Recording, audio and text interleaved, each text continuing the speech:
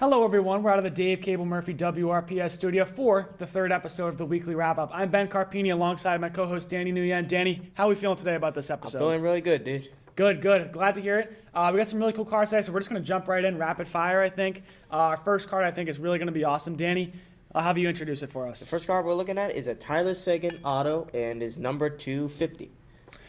So, Danny, I'll tell you, Bruins fan, definitely. Hockey fan, a little bit less so. As a Boston sports fan, I'm a big sports fan of every Boston team. I don't know that much about hockey, but what I can tell you about Tyler Seguin is very good player for the Boston Bruins, drafted in 2010. This card, of course, is from the 2011-2012 season, so this was actually the year after they won the Stanley Cup. This is actually from the Stanley Cup season. So they beat the Vancouver Canucks this season, and during this season, Tyler Seguin had 67 points and 29 goals and 38 assists, and that racked up for a total of 67 points. He had a plus-minus of 34, and he had 7 game-winning goals that season. That's pretty impressive stats for a young kid who is basically brand new to the NHL. And to have that in a Stanley Cup winning season, that's really impressive to me, Danny. What I really like about this card, though, specifically, very thick card. When the card is thicker for me, that's what I like better. I think it's really cool. You got the golden lettering for Stanley Cup. It's a signed card. A lot of cool stuff on the back. Danny, you're more of a card expert than I am, though, so I'm going to let you talk more about the card itself. But that's how I feel about Seguin. So this is number 50 that brings the card value up, and I know I don't watch a lot of hockey. I'm going to try to watch them a little more. But overall, the card looks nice. The auto looks clean compared to other hockey players' autos. I've been looking at a lot more of them. They've been a little messy, but either way, it's pretty nice. It's a really thick card in general. This is the set of, I'm gonna guess, Upper Deck, and overall the card looks nice. I don't know a lot about Tyler Seguin, like I said, because I don't watch a lot of hockey. But overall, the card, I like it. What would you have to think about it again? So if I'm going to give us a rating out of 10, Danny, I'm going to say 8.5 out of 10. This specific year for the Boston Bruins was really a very good season overall, and you can say that, of course, when you win the Stanley Cup Finals. But everything just kind of came together for Boston in the 2011 season. And Tyler Seguin, a very influential and good part of that team. Seguin now plays for the Dallas Stars, I believe. But when he was in Boston, very productive. This was one of his better seasons in Boston as well. So I'm going to give us an 8.5 given the card that we're looking at and Seguin's play in general in that season. I think an 8.5 is a very fair rating. Danny, what do you have to say about this card? For my rating, I would give it a 7 out of 10. I know that's a little low. I don't watch a lot of hockey, but I don't know enough to the point I can rate it high. But yeah, that's my rating so far. All right, so the next card we're looking at is a Cooper Kupp Auto Rookie. Danny, this card's really cool. Cooper Kupp. I could talk about Cooper Kupp for hours, right? I'm a huge NFL fan. Cooper Kupp's been a receiver for the Los Angeles Rams, who actually, when he was drafted, I believe was the St. Louis Rams still. Yeah. So he's definitely a tenured veteran, and this card is actually a rookie card, which ups its value just even more so. But Cooper Kupp drafted in 2016, I believe. Yeah, I think so. And this is just a really, really awesome card to have. And just to see, the old St. Louis Rams uniform on it with the white and the tan navy blue. You don't see that anymore because they wear the bright blue and the yellow now. Yeah. But Cooper Kupp in this season, he played 15 out of 16 games, 62 receptions on 94 targets. And to add that all up, 869 receiving yards and 5 receiving touchdowns. For a rookie, that's a pretty good stat line, Danny. And this is a time in the Los Angeles Rams history where they're not really quite at that Super Bowl level, but they will be in a couple years, right? Jared Goff was just drafted this season. Now you have Cooper Kupp. So they're working on building up a really good roster that will eventually take them on a deep playoff run. They lose in Super Bowl 53. Of course, we know Super Bowl 56. They beat the Cincinnati Bengals. Yeah, I'm actually wearing one of their jerseys right now. He is. That's a really cool jersey. I'm actually a big Cooper Kupp fan.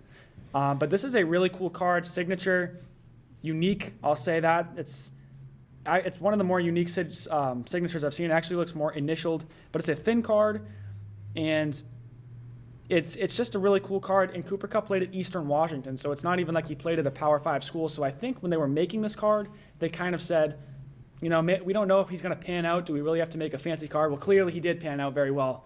So maybe next time they'll make a thicker card when they have a guy like Cooper Kupp come along. But Danny, I'm going to let you talk about the card now specifically. What do you like about this one?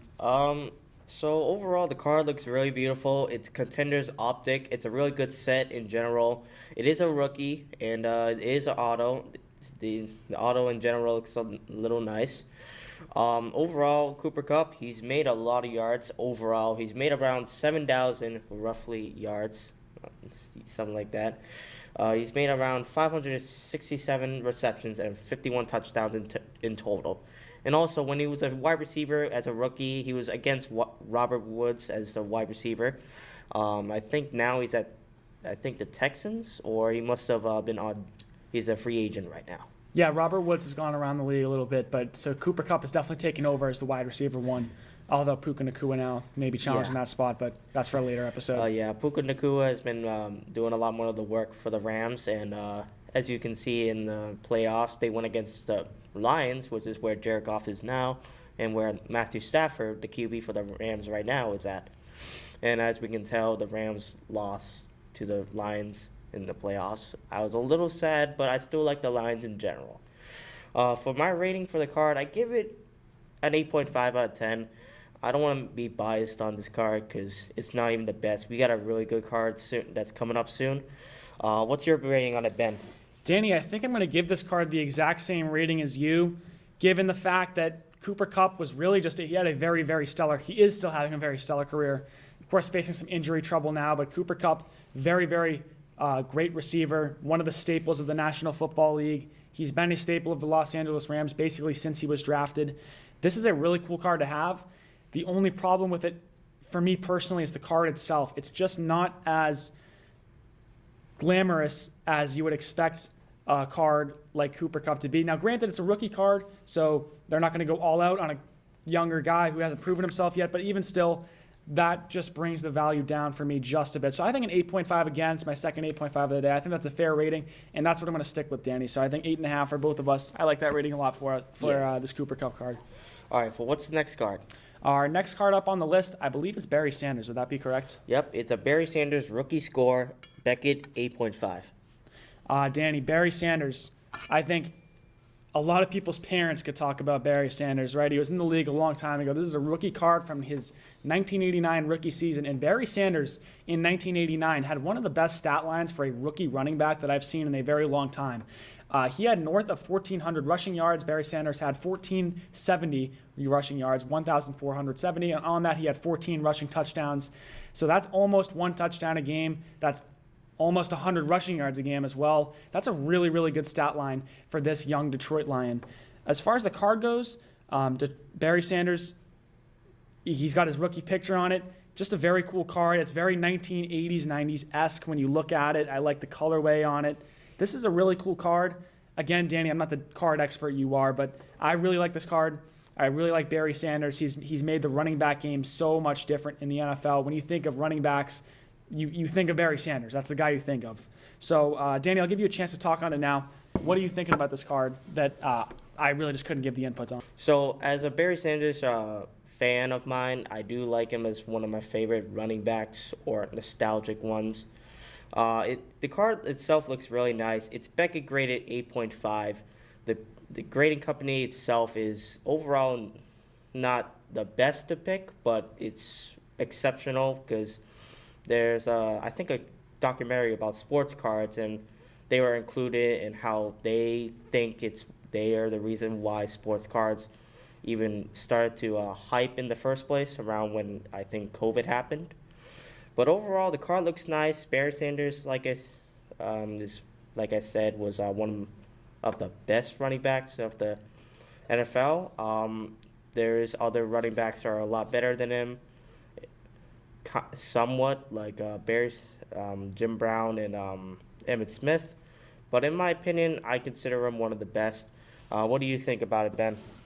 So, Danny, if I had to rate this card on a scale of 1 to 10, I'm a huge Barry Sanders fan. I really love the Detroit Lions in this era. However, because it's got an 8.5 rating, which I think, as you said, isn't really the greatest for investors, this is another situation where I really, really do like the player. The card itself, for me, is just bringing the value down a little bit. It's keeping it from its max potential. So I'm going to have to give this, I think, a solid 8. I really do like, I think it's really awesome that there's a card from the 1990s, which is now 30 years ago, that is still pretty much, it's close to mint condition. Not quite there, and that's why you have the 8.5 and not the 10 or the 9.5 or somewhere up there. But Barry Sanders can't get much better than that as far as running backs go. And to put it on top of that, it's his rookie season, which was a very good statistical season. But yeah, this card for me is, I think, is a solid 8, and I'm going to keep it there. Really like Barry Sanders, just the card that's bringing it down a little bit for me. But Danny, numerical rating, where are we out of 10? I'm gonna have to give it the same rating you said. I would give it like an 8 in overall. There was also a documentary that came out recently. It was called Bye Bye Barry. I actually watched it myself. It's really cool overall. It talks about his career and what he was just like in his childhood. He even talked about Jim Brown himself and saying that he won't beat him, but overall he beat him in yards and touchdowns, I think. But overall, like I said, I give it an 8 out of 10. Yeah, that's it for this card. What's the next one, Ben? So next up on our list, I believe, is Jason Tatum. Would that be correct, Danny? Yep, it's a Jason Tatum rookie optic, PSA graded 10. I mean, I'm just going to leave that one there for a sec. This is probably my favorite card today. Danny, this Jason Tatum card right here, it's a rookie card from 2017. He was the 3rd pick overall. That was kind of a very loaded draft class, by the way. That's guys like Lonzo Ball, who went 2nd to the Lakers. Markelle Fultz went 1st to the Philadelphia 76ers. So this is a really, really good draft class looking back. Of course, not all of these guys panned out the way that Tatum did. But a rookie card from Jason Tatum is really, really cool. And I say that because Jason Tatum had a very, very deep playoff run as a 19-year-old out of Duke University. He ended up going all the way to the conference finals. I believe he lost in 7 games to, at that point, a LeBron-led Cleveland Cavaliers team. That's a pretty big task to do. I remember there's videos all over YouTube of when he dunked on LeBron James. And you got to remember, he's only a year older than I am right now. It's not even like he was a grown man. He's a year older than me in this picture right here on this card. So Jason Tatum had a very, very good rookie season, and that's backed up by his numbers, 13.9 points per game. That's not separating the later half of the season, too, when he started playing better. And that's not counting, he was about 5 rebounds per game, and he was 3rd in Rookie of the Year voting in 2017-18 season. So this was a really good season for Jason Tatum. A year before him was Jaylen Brown's first year. So they've kind of grown up together in the NBA, and it's really cool to watch them. But as far as this card goes, I think it's really cool. It's got a cool glimmer to it on the front. I like the blue colorway. I think I would have preferred a green just with him being a Boston Celtic, but that's a little bit beyond the point. But Jason Tatum, rookie season, very cool card. Danny, I'm going to give you some time here to talk about this one. Yeah. Well, as you can see, I'm wearing a Celtics hat. I am a fan of them. The set optic, it's one of the more cheap and good sets you want to go for. It's graded to 10 from PSA. PSA is probably one of the best companies you want to get your cards graded at. Jason Tatum, he's also, I think, probably the best Celtic right now that's playing, beside of Jaylen Brown and all the others. I think I'd agree with you. Yeah. Overall, the card looks gorgeous. There's no nicks or anything. You can tell because it's also a PSA 10. But overall, for my rating on this card, I give it a 9. It's just, there's nothing really wrong to say about it. The only thing about it is it's not a hollow or anything else like an autograph or jersey patch. But it's still a rookie and it's graded to 10. It's perfectly conditioned, or it's in its perfect condition. So, yeah, that's all I got to say about it. What do you think about it, Ben? Danny, I'm going to step up your rating a little bit, and I'm going to give this card a 9.5. Jason Tatum is probably my favorite basketball player in the last 8 or 9 years. And given that it's a rookie card, too, and he had a really storyline-written rookie season with Boston, this card is probably going to be my highest-rated card today. Now, no signature on it, which is what you said, no jersey piece, none of that. That's cool stuff. It's not on here, but that doesn't take away from the fact that this is a PSA 10 rated card and that the stats behind this card are really going to back up why Jason Tatum's rookie season was one of the best probably in the last 6 years or so that I can remember. He's up there with guys like John Morant, I'm sure there's certainly some other ones that just I'm not thinking of off the top of my head right now. But Jason Tatum, really, really good rookie season. And the card right here, the card quality backs that up. So 9.5 is my official rating on this card, Danny. Yes, that's all for this card.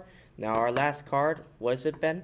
Our last card right here, and this one's pretty special for you baseball fans. This is a Mookie Betts card from his second year in the MLB. Now, Danny, this card right here is probably, I would say, our most valuable on the table today. Didn't he go to the Los Angeles Dodgers? Mookie Betts, yes. He's playing in LA right now. Right now, the whole thing with the Red Sox is how ownership's kind of lackadaisical when it comes to re-signing their players. And I got to say, I agree with that because I don't think I can name a single Boston Red Sox player right now on the current roster. Mookie Betts, though, when he was on the Boston Red Sox, he was on that team that ended up winning the World Series, I want to say in 2017. I think so. I don't watch a lot of baseball. I'm not a huge baseball fan myself either, but Mookie Betts, specifically in this year that the card was made, had a very good season. But Mookie Betts, really good run with the Boston Red Sox, and we're talking guys like Chris Sale, Andrew Benintendi, a lot of guys who are just no longer on the Red Sox because ownership really made no push to keep these guys. When we're talking stats for Mookie Betts, though, this card's from 2015. He had 597 at-bats and 92 runs. That is a really cool statistic for a guy who's only been in the MLB for 2 years up to this point. 2015, I don't think was a major year for the Red Sox. I don't think so. They went into the playoffs, I believe, but I don't think they did anything crazy. I know it was in the years after this card was made that the Red Sox really started to pick it up a notch. And, of course, before that, you have the David Ortiz 2007 through 2014 era where they were very good and they won quite a few World Series championships. But if we're going to talk about this card, you got a really cool signature on the front. You have a piece of, is that jersey? I think it's the jersey. It's not the hat. It's a piece of jersey, and it looks really cool. It's unique. I haven't seen a pattern like that from a uniform at all. It's a bat. I'm sorry. So my producer, Seth, corrects me there. It's a piece of the bat on the front of it. That's a really cool piece. PSA 9, that's definitely one of the better ratings for a card. And just looking at the back of it, it's got some really cool stats. This, to me, probably my second favorite card of the day. Before I give it a number rating, Danny, I'm going to let you talk about it. But yeah, this card is my second favorite. Some really cool stuff on here. I'll give you a chance to talk about it now. This is one of the most valuable cards overall on this show today. Overall looks nice. This is the bat, like what Seth said. It is Beckett graded 9.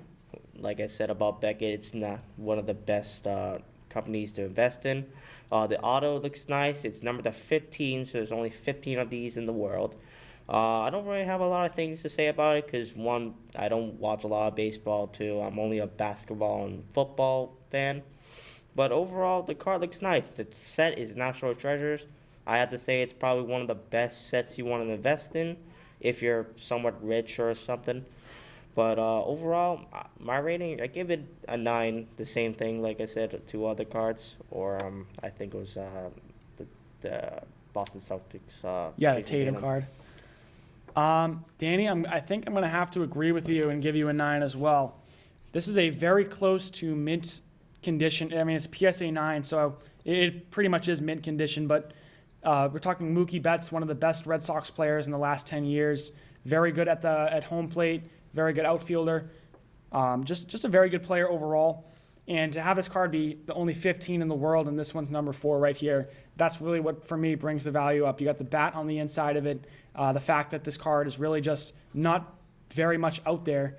And Mookie Betts ended up being one of the best Red Sox in recent history. So I'm going to give this a 9 as well.